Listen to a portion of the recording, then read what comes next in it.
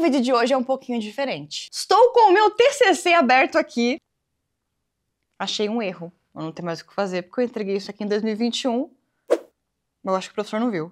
Bom, o meu TCC foi uma análise de Dom Casmurro e eu trouxe aqui nesse vídeo. Esse vídeo vai ser um pouquinho diferente, tá, pessoal? Ele não vai ter nada de inglês. Você fica aqui se você gosta de literatura, treta, análise, investigação investigativa policial. É isso que a gente vai falar hoje, tá? Eu trouxe aqui 3 dos 5 ou 6 exemplares que eu tenho de Dom Casmurro lá em casa. Eu trouxe o exemplar que eu usei para fazer a análise, como vocês podem ver. Tem bastante coisa marcadinha aqui, né? Eu trouxe também esse aqui, que tem essa capa com essa casinha, já vou explicar por quê. E trouxe também essa versão, porque o desenho da capa é muito importante.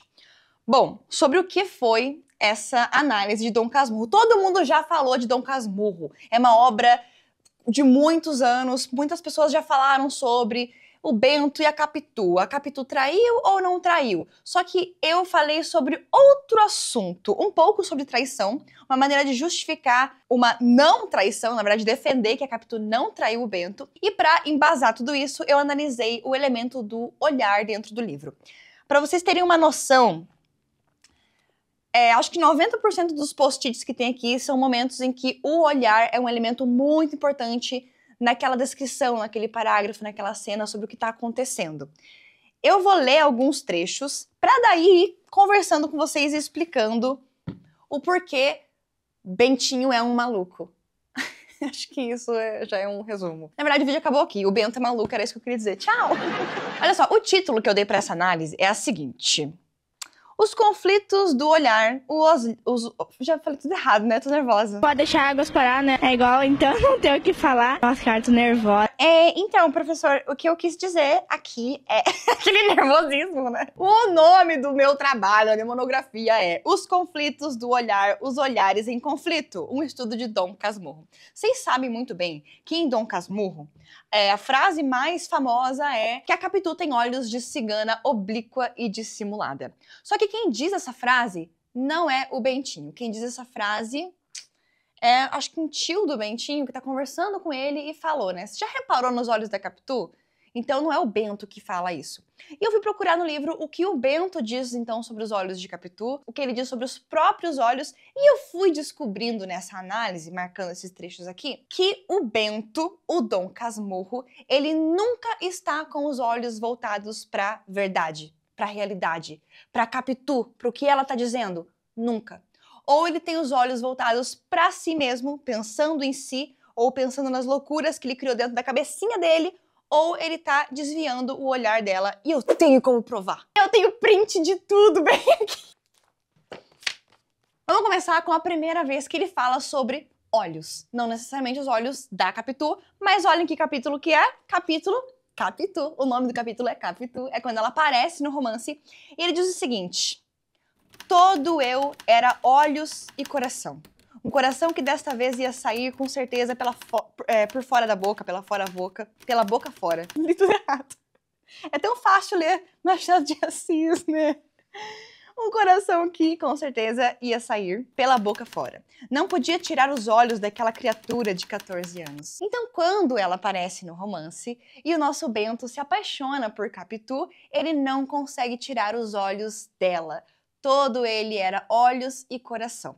Então, no momento em que ele se apaixona e olha pra ela, nós temos um amor verdadeiro, tranquilo, calmo, uma paixão, um começo de namoro, não tem nenhum problema, tá tudo certo. Ele não tirava os olhos dela. Mas daí o negócio vai começar a complicar. No capítulo seguinte, no primeiro, a Capitu foi apresentada. No segundo, eles começam a se apaixonar. E quando eles começam a se apaixonar, o elemento do olhar volta a acontecer aqui, saca só. Capitu tinha os olhos no chão. Ergueu-os logo, devagar, e ficamos a olhar um para o outro. Eles estão se apaixonando, hein?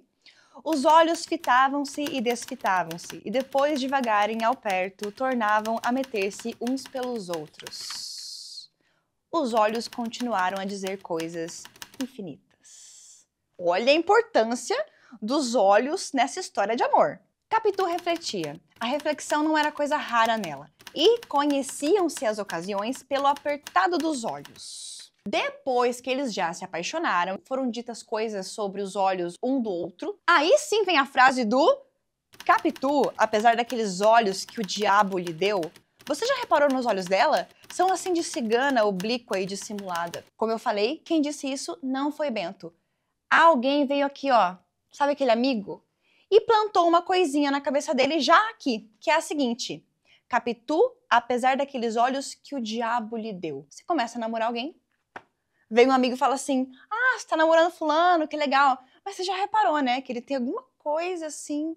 Parece que aqui, essa pessoa já começa com esse comentário falando que os olhos da Capitu, ou seja, os olhos pelos quais ele se apaixonou, os olhos que ele ficou ali, né, fitando e desfitando, os olhos dizendo coisas infinitas. Alguém veio falar que esses olhos dela não eram verdadeiros, não. Foi o diabo que deu. São olhos enganadores, oblíquos, dissimulados. A partir daqui o cara já começa a surtar, tá? Cronologicamente, eu tô indo certinho, hein? Assim, ó, do começo ao fim do livro. A gente tem um capítulo chamado Olhos de Ressaca.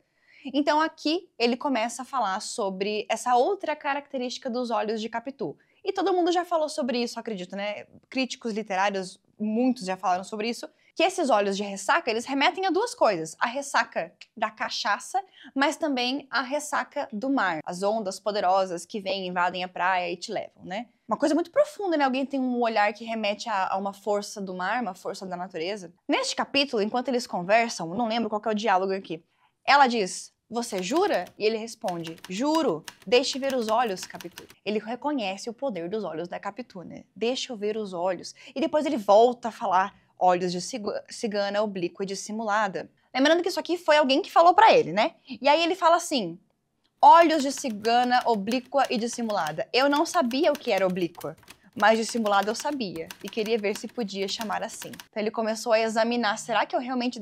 Deixa ver os olhos, Capitu. Deixa eu ver teus olhos. Deixa eu ver se realmente é um olho de cigana oblíqua, que eu nem sei o que é, mas eu sei o que é dissimulada. E quando um homem chama uma mulher de dissimulada, ele não tá acreditando nela não, certo? Então aqui, remetendo à frase que colocaram na cachola dele, ele começa a pensar: será que ela tem olho de dissimulada? Deixa eu ver, olha pra mim. Deixe ver os olhos, Capitu. Fazer uma pausa aqui na leitura dos trechos para dizer que eu analisei as capas dos livros. Então, por mais que a capa do livro não tenha sido criada por Machado de Assis, eu analisei as capas para mostrar como o elemento do olhar estava presente ali e como em todas essas capas o elemento do olhar colaborava com a minha teoria de que o Dom Casmurro, o Bento, não olha para ela, olha para si, olha para a mentira que ele inventou e por isso a Capitu vê a verdade e ele não. Aí eu vou fazer uma pausa aqui porque a gente chegou num trecho em que ele fala de uma janela como ponto de reflexão. Vocês já ouviram quando as pessoas falam assim que os olhos são a janela da alma? Já ouviram isso? Os olhos são a janela da alma. Então, se você olhar para uma casa, a janela é o olho daquela casa, certo?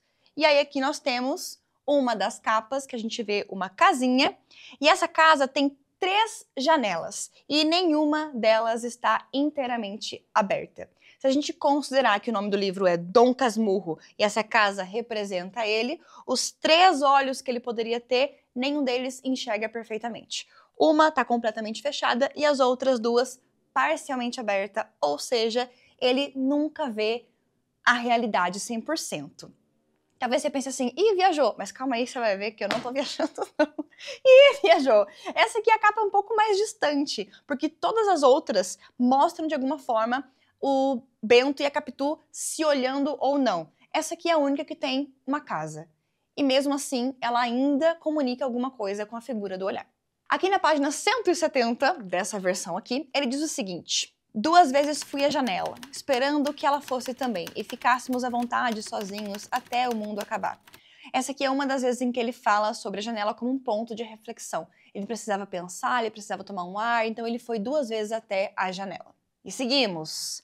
Capitu olhou para mim, levantou o olhar sem levantar os olhos. Capitu limitou-se a arregalar muito os olhos. Pulando muitas páginas para frente, a gente volta a ver uma janela aqui. Mas dessa vez, considerando que a janela são os olhos de uma casa, que os nossos olhos são a janela da alma, ele não tem. Olha só o que ele fala. Não tinha janela. Se tivesse, é possível que eu fosse pedir uma ideia à noite. Então, mais uma vez, a gente vê o autor não, olha que erro de principiante. Que erro de principiante. Mais uma vez a gente vê o eu lírico falando de uma janela como reflexão, como aquilo que vê o que está se passando fora da casa, mas ele não as tem, não tinha janela. No capítulo seguinte, depois dessa frase da janela, nós temos... Nossa, esse aqui, galera, se preparem! O nome desse capítulo é Um Seminarista. É aqui no capítulo Um Seminarista que ele vai contar do querido Escobar, o amigo dele, que ele acha que a Capitu traiu, né? O traiu com o Escobar, que ele acha que o filho dele não é dele, é do Escobar. Então começa aqui. O Escobar apareceu. E quando ele vai descrever Escobar, ele descreve os olhos de Escobar também. Mas não é assim, Escobar tinha olho claro. Não. É mais detalhista, né? Saca só. Eis aqui outro seminarista. Chamava-se Ezequiel de Souza Escobar. Era um rapaz esbelto, olhos claros, um pouco fugitivos. Sabe quando a gente não confia na pessoa? Que a pessoa não consegue manter o olho na gente? A pessoa tem o olho fugitivo. Então aqui ele já demonstra um certo tipo de desconfiança para falar que o cara tem um olhar fugitivo. Mas ainda não temos argumento suficiente. Pera, fica com essa ideia na cabeça aí, tá? Olhos claros, um pouco fugitivos. Indo um pouco mais pra frente, nós temos um capítulo chamado Metades de um Sonho. Ele conta de um sonho que ele teve. De novo, contando de um sonho, ele não tá falando da realidade, ele tá falando de uma pira da cabeça dele. E aí ele diz o seguinte, lá no finalzinho do capítulo.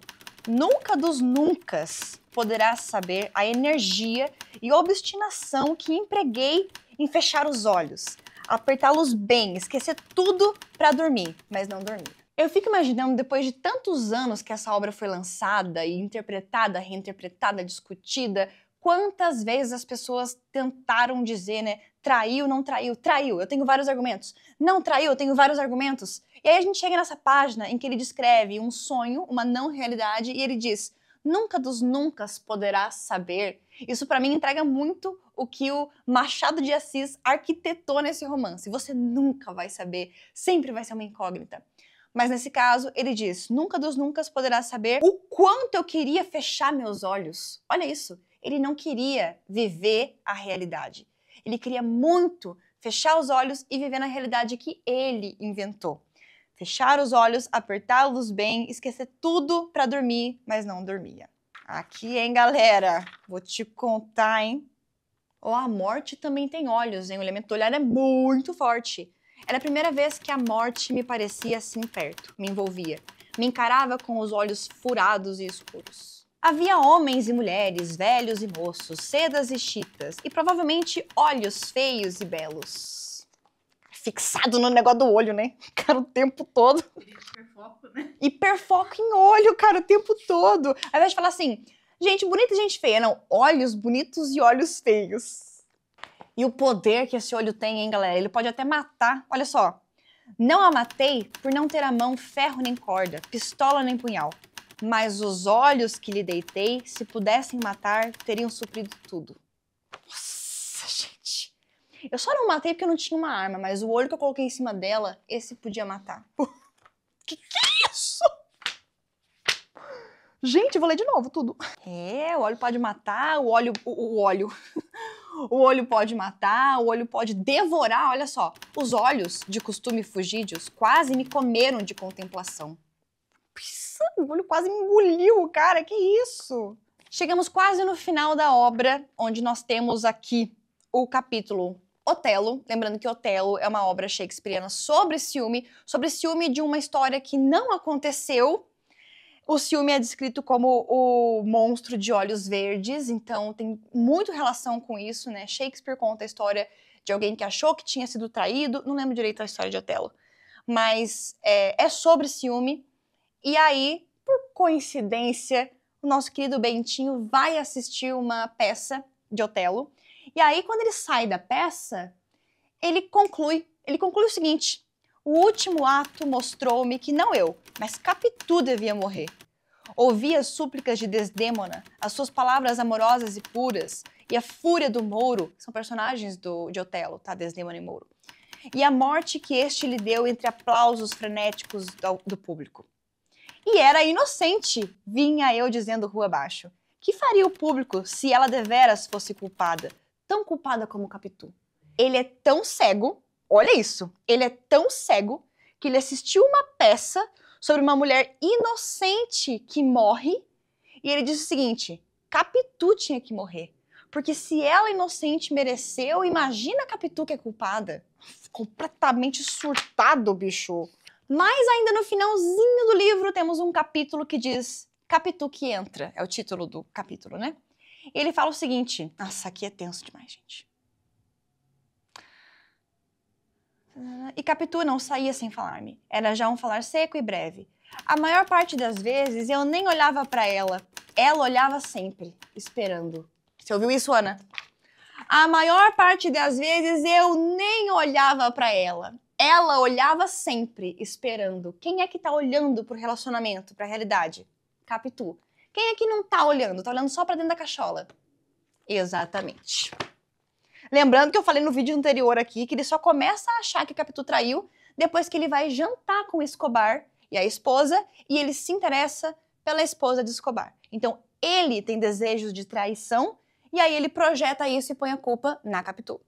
Mas no finalzinho ainda, a gente tá quase acabando o livro aqui, hein, gente? Nós temos o capítulo Uma Pergunta Tardia, que ele começa assim. Assim chorem por mim todos os olhos de amigos e amigas que deixo neste mundo. Mas não é provável que os olhos deste mundo que vão ficar quando eu partir, que eles chorem por mim. Nossa, como você é querido, né? Você é bem querido mesmo. Mais pro final nós temos... Às vezes, fechava os olhos para não ver gestos nem nada, mas o diabrete falava e ria, e o defunto falava e ria por ele.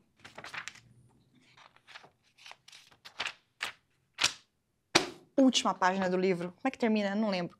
O livro termina assim. Agora, por que é que nenhuma dessas caprichosas me fez esquecer a primeira amada do meu coração? Talvez porque nenhuma tinha os olhos de ressaca, nem os de cigana oblíqua e dissimulada. Mas não é este propriamente o resto do livro. Olha como, de novo, ele engana a gente. É claro que é sobre isso o livro, o tempo todo foi sobre isso. Mas ele fala, não é sobre isso. O resto é saber se Capitu da Praia da Glória já estava dentro da de Mata Cavalos, ou se esta foi mudada naquela por efeito de algum caso incidente. Bom, chegamos no fim do livro aqui, né? Depois que o cara já pensou em matar o próprio filho, porque achava que não era filho dele. Depois que ele fala sobre a morte da Capitu da forma mais fria e cruel, tipo assim, ai, morreu, super insensível, o nosso livro termina e termina ainda com ele tentando a tua aprovação. Ele fala assim, ó, ele cita Jesus Cristo e ele quer que você não concorde com Jesus Cristo, concorde com ele. Olha só, Jesus é filho de Sirac, se soubesse dos meus primeiros ciúmes, dir-me-ia, como no seu capítulo tal, versículo tal, não tenha ciúme da tua mulher, porque ela não se meta a enganar-te, tananana.